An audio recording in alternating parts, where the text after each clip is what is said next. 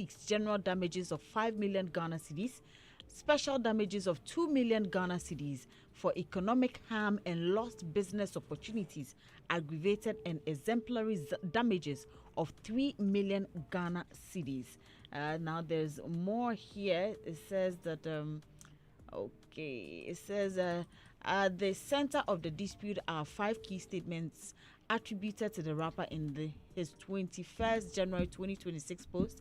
In those posts, Kwesi Arthur said he was being asked to pay $150,000 US, my image, my music, and everything attached to it from 2016 to this day. And the suit actually demands that the rapper immediately and permanently delete his Instagram and X posts from 21st January 2026 and all related content from his social media platforms. It also seeks an injunction to prevent him and his agents from further sharing or circulating defamatory comments, and it orders a vetted apology to be published.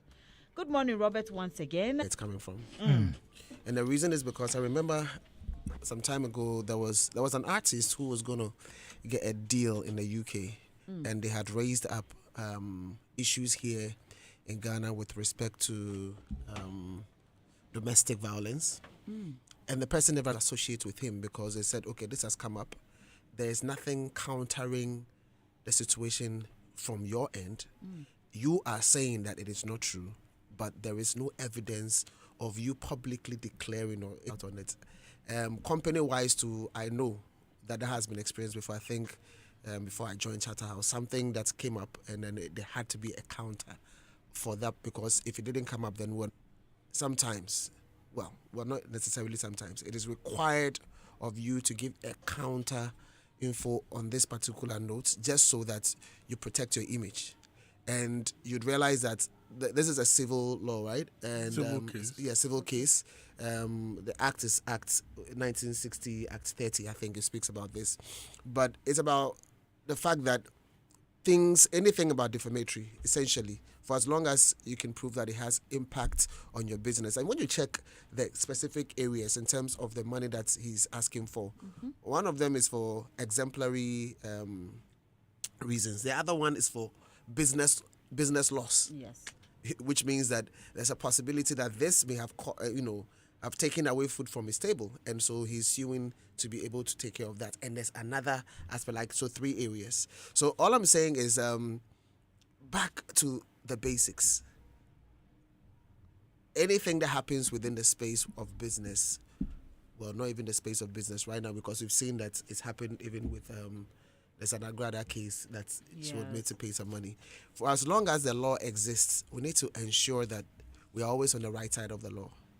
Business, the contract, when we say somebody says I have a record deal, the record deal simply means you have a contract, because that's what the deal is about, or the deal is governed by a contract. So you just have to ensure that you apply things within the space of contract or things that the law supports, so you don't fall on the wrong side of the law, because once you do that, they would always go back in using the law to get back at you. So in this particular case, I'm not too sure how it's going to be handled. But again, it becomes an activity that is worthy of teaching us how the law works, and we need to pay keen attention. Anybody in the space, I think we need to be able to, clearly listen to or follow these things through to understand how it works, so that we can benefit from the lessons thereof, if there are any. If we are getting into the conversation itself, the basis and all of that, I mean, those are angles from the law.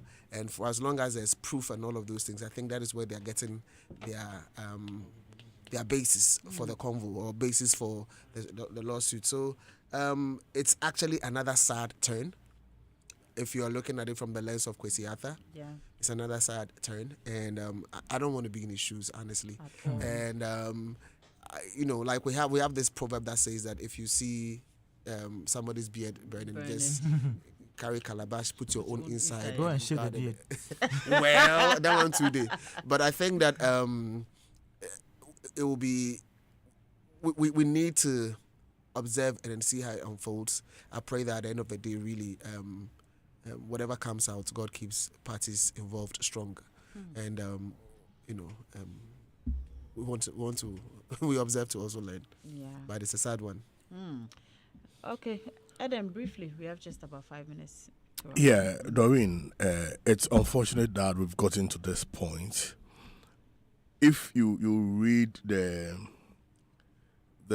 statement, I mean the whole, I mean writ, it opens our eye to so many things, because whatever people have is their reputation, and anything which makes or demeans your reputation in the eyes of the public has a way of affecting how you even make money or affect how people relate to you.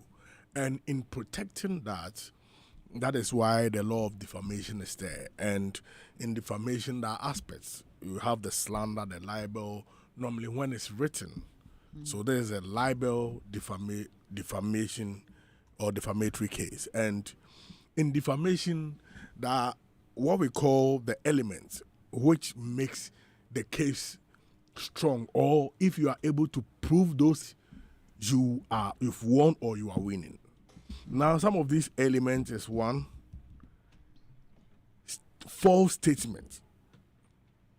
So if the plaintiff who has gone to court is able to prove that the statement you've made is false, he has back with evidence, then he's making some inroads.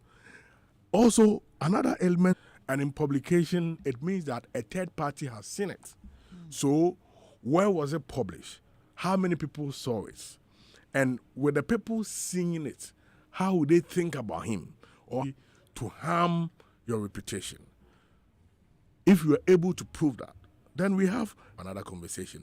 But if you're able to prove facts and put some aspect of the rate, though a certain project is coming out with among this, there is able to bring that defense. You say something in parliament or maybe a class. Some particulars of the defamation into certain statements. One team members of Grand Arms to show that in a certain way, a matter of out of court settlement. Thank you so much, Adam. Thank you so much, Robert, for coming through this morning, and thank you to you for doing the listening.